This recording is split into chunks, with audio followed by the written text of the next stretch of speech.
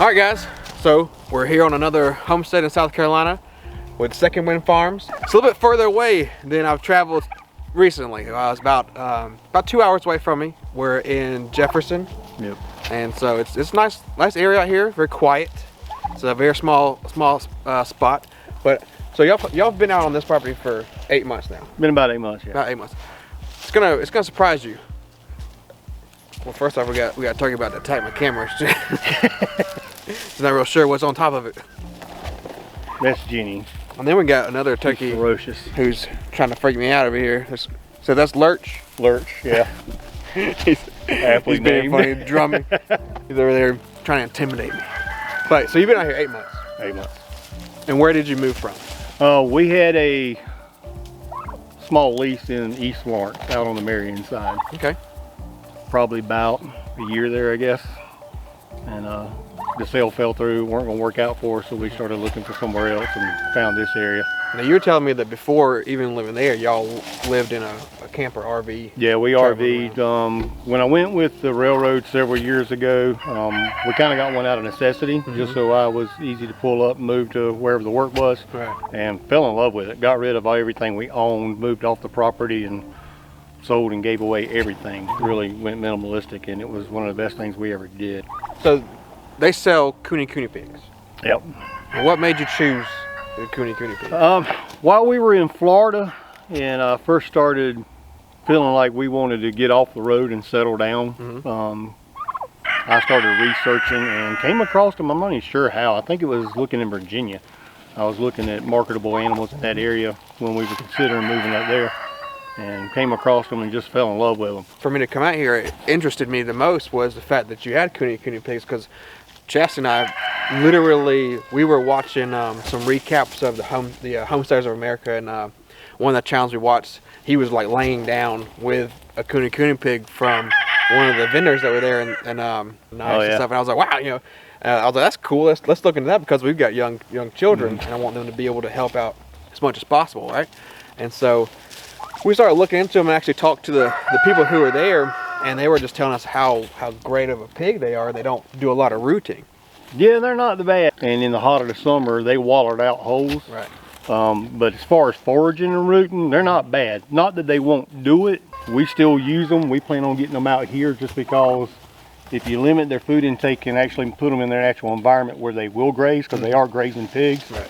A lot of people think that just means grass. Yeah. They actually prefer briars and leaves, a lot like a goat. They like the weeds. That's good, because the area that we want to put them, piece of the property that we don't use, I was like, okay, what can we put here? And I was like, okay, well, we can do pigs, any kind of pig, because I was like, a lot of the ones that I've looked at before, they do a lot of rooting. So I was like, okay, it's a piece of property that's not being used.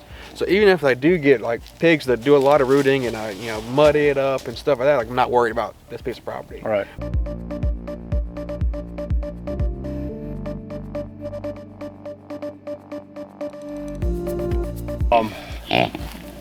He was our first, and he's still intact, but he got pneumonia last year, and he never fully recovered, so he's got a wheeze and all to him.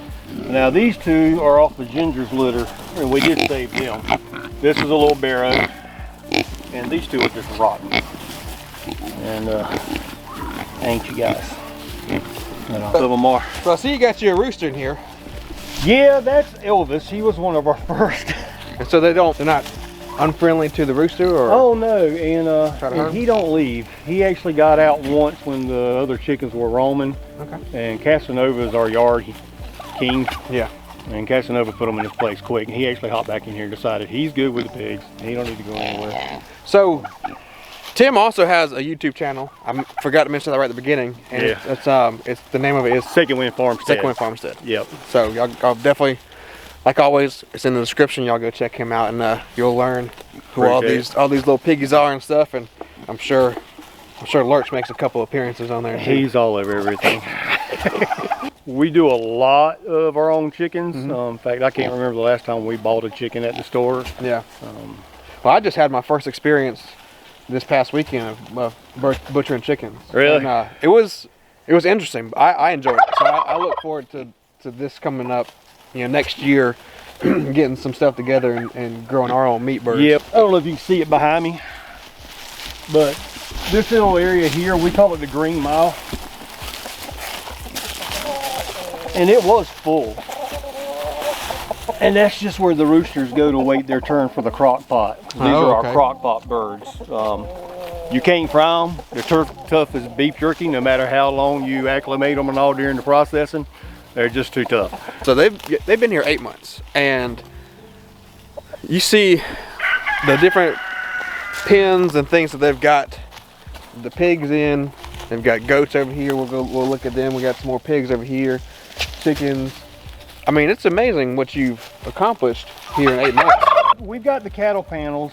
Actually, they're hog panels. And I think when I bought these last year, they were maybe 16 bucks a piece at the time. I think they're closer to 25 now. And they're functional. They're good. You can bend them. Mm-hmm. I've got one. I actually made the gate out of it by just cutting it and bending the wire around itself. But it's not terribly pretty. It's easy, but it doesn't have any aesthetic value to me. The same with the cattle wire we bought and put around the garden area. We added this whole section on for $0. Yeah, you can get, I mean, you can get free pallets everywhere.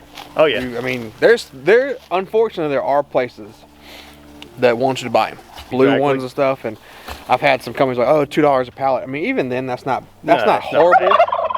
But then I'll drive down the road and there's like a sign, free pallets, and I'm like, oh yeah, let's turn in there. It's just a matter of asking around. If they've got well, just pull in and ask, hey, are these claimed? Do you get rid of them? What's the story here? Well, I mean, even places like Lowe's Home Improvement, I mean, we got stacks of pallets. You can even talk to some school districts. I mean, I know when I used to work at a school district, I mean, I was the one taking the pallets home, but we had stacks, so just from books and everything else coming in. So definitely, it never hurts to ask.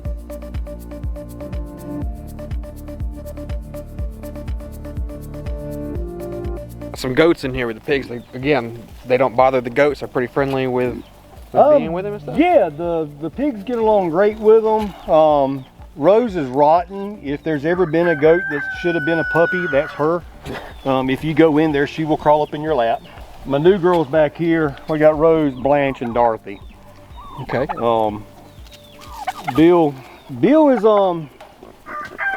you can touch him on occasion. He's a little more standoffish. Those two you can't really pet a whole lot. They will eat out of your hands. Now he does around feeding time, since they're all eating together. He gets a little rough with the sows in here some. Okay. And he'll use those horns to get them out of the feed trough. Yeah. The only time we ever have any issue, but other than that. So it's more him. Yeah. Hush. We are trying to talk again with the needing to be seen, doesn't he? So it's more him than the pigs. Like pigs. He's just the dominant right now. He's the only male in here, and he lets them know it. Okay. Do you do anything with your goats? Haven't yet. We actually just got these guys. Okay. She was our first one. I think we got her, I don't know, sometime in the summer. I don't even recall exactly when. How long have you done the pigs? We started them, let's see, we've been here 8 months, so probably 1.5 to 2 years. Okay. Now, what made you choose the Kuni, or what made you want to raise pigs to sell eventually? Oddly enough, when we come up, we had neighbors, and I had some family, my grandparents and all had some pigs. It's the one thing on our old farm growing up that we never had. Yeah. Hey, Natasha, you about ready to have some babies? Nope, she said nope. Sit down for me. Sit. Come on, sit. You gonna do it, or you gonna make me look bad on camera? Sit down. Nope. That's a girl. Good girl. That's my girl. Yeah, you ready to eat, ain't you? Our take and our feeling, happy animals make the best food. Right. Now, the purpose for the turkeys, are they just pets? Or are you we're gonna raise them for meat or anything, or use them to make more? Or? We're looking to raise them for more. They're Royal Palms. We hadn't planned on getting them right now. I've got a really good friend that's having to get out of her small farming business, and she had asked me about them. And actually thought both of the younger ones were hens, but she offered them up. They're Royal Palms. Talking about turkeys for a second, I was talking to a buddy of mine, and even growing up with chickens, I didn't even know the amount of different types and breeds of chickens. Right. And so when you talk about turkeys, like okay, you got a wild turkey and then you got a domestic turkey. Like I don't know any turkey names, so not even like to even try to guess one of what like. Well, so what kind are they again? It's a Royal Palm. Royal Palm. And I'd never heard of it until we looked it up to see what they were, and I thought they're extremely unique, beautiful birds. And he does rule the yard now. You know, I told you Casanova was the yard king when they were actually out free ranging.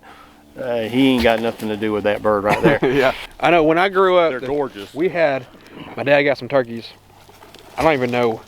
I remember they were white, but I don't remember if they had any black or brown on them or anything. And these things would chase me. Yeah. And I was like, I don't care what you are.